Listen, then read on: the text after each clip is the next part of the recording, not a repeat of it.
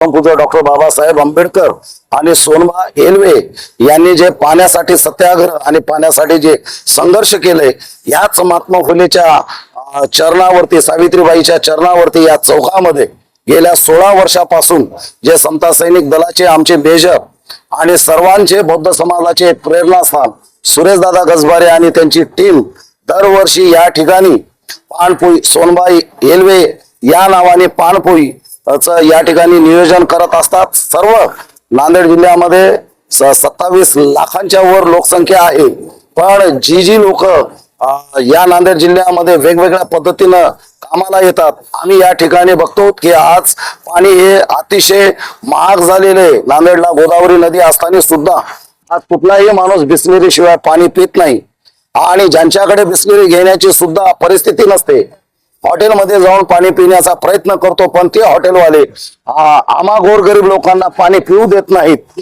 आणि सर्वांना एकच लक्षात येते की आयट्यापर्यंत जायचं, त्या ठिकाणी अतिशय शुद्ध, अतिशय गोड आणि अतिशय थंड जो माणूस उपाशी असेल, ताणलेला असेल, पाणी पिल्याच्या नंतर सर्व त्याचा थकवा आणि शरीरामध्ये असलेली उष्णता एका सेकंदामध्ये जी शांत होती, तर ते असे आमच्या या ठिकाणी असलेला सोनबा येलवे यांच्या या पानपोईमुळं आणि हे जे उपक्रम गेल्या 16 वर्षापासून 17 वर्षापासून या नांदेड जिल्ह्यामध्ये गेल्या महाराष्ट्राला असलेल्या महाराष्ट्राला जे उदाहरण देत आहेत, असेच ते सुरेशदादा गजबारे आज आपल्यामध्ये आहेत। आणि उद्या मानव हा येणार आणि जाणार आहे, जरी आम्ही गेलो पण हा जो कार्यक्रम आहे या महाराष्ट्रामध्ये जर कोणी जर चालू केला असेल तर ते सुरेशदादा गजबारे यांनी केलाय। त्यांचंही मनापासून या ठिकाणी सर्व समाज, दादांना माहित नाही हे दादांना किती लोक ओळखतात, पण दादांना या सर्व दादाने सुरेशदादा गजबारे यांनी समता सैनिक दलामध्ये मेजर असून समाजाचं संरक्षण केलं आणि सर्व समाजाला पाणी पाजण्याचं हे सगळ्यात मोठं बाबासाहेबांनी केलेलं महाचं जे सत्याग्रह हे प्रत्येकाला आठवण करण्यासाठी, जातीयता नष्ट करण्यासाठी, सर्वांना पाणी पाजण्याचं एक खूप मोठं। आणि बघा, पाणी खूप महाग आहे, आज आपल्याला वाटतं की पाणी खूप स्वस्त आहे। आज आम्ही गोदावरी नदी असताना सुद्धा महानगरपालिका 3-3, 4-4 दिवसाला पाणी नांदेडकरांना पाजवती, पण 24 तास सकाळी 5 पासून संध्याकाळी 12 वाजेपर्यंत 2 वाजेपर्यंत त्यांचे सर्व सहकारी आणि समता सैनिक दलाचे सर्व कार्यकर्ते या ठिकाणी उपस्थित राहून लाखो लोकांना पाणी घेण्यात पाजवत आले। आणि म्हणून आज या कार्यक्रमाचा समारोप होता। या कार्यक्रमाला आम्हा सर्वांना या ठिकाणी बोलून सर्व समाजाच्या कार्यकर्त्यांना आणि हे सगळं श्रेय स्वतः न घेता सर्व कार्यकर्त्यांना, सर्व समाजाला देतात, एवढंच याच्यामध्ये सर्वांचं ऐकणे मनापासून आनंद वाटतो। आणि हा आनंद आपल्या सोबत या ठिकाणी श्रेय करावं म्हणून आम्ही सर्वजण आमचे जे काही मत आहेत तर ते आपल्या पुढे मांडण्याचा प्रयत्न केलो। आणि हा जो उपक्रम आहे प्रत्येक तालुक्यामध्ये, प्रत्येक जिल्ह्यामध्ये, महाराष्ट्रामध्ये, देशामध्ये, जगामध्ये आपण न्यावा, आपण करावं, एवढंच याच्या पाठीमागचा संदेश आहे।